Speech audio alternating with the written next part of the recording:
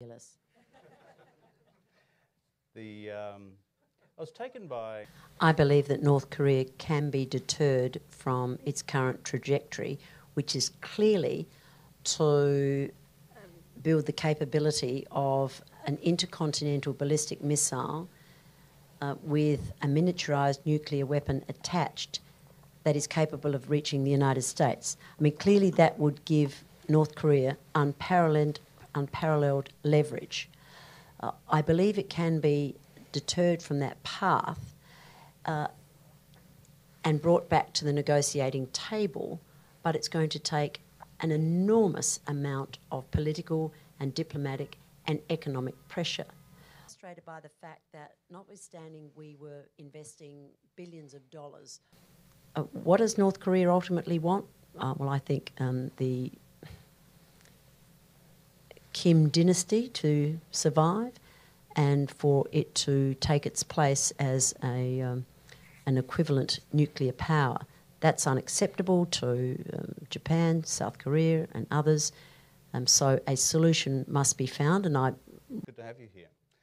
Julie and I have been parliamentary sparring partners in the Australian Parliament. If North Korea is able to be a nuclearised state, that will inevitably lead to Japan and South Korea going nuclear. Then we're talking about a proliferation race. That would be catastrophic.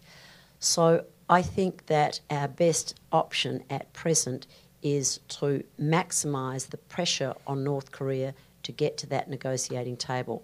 You've been very forward-leaning with your language on North Korea. In office, I was much the same. This is I think the world is now confronted with the fact that while we embraced a civilian government in Myanmar, who's actually calling the shots?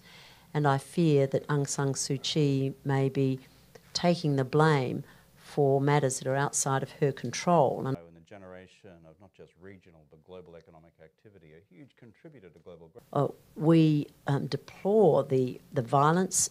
We've called on the security operations to cease. We want the Rohingyas who have sought sanctuary in Bangladesh to have the opportunity to go home. We're providing humanitarian support through the World Food Programme for those in, and through Red Cross, for those in camps in Bangladesh. And we're providing the support to Bangladesh because we recognise that they're carrying the burden of this crisis. For the country, we talked a lot about what can be done in terms of...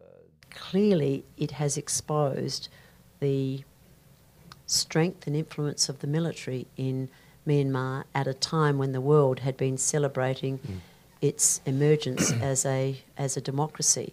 So it's a reality check that has come as a shock to many, if you read some of the press reports around the world, but it has uncovered a very complex and complicated history in Myanmar.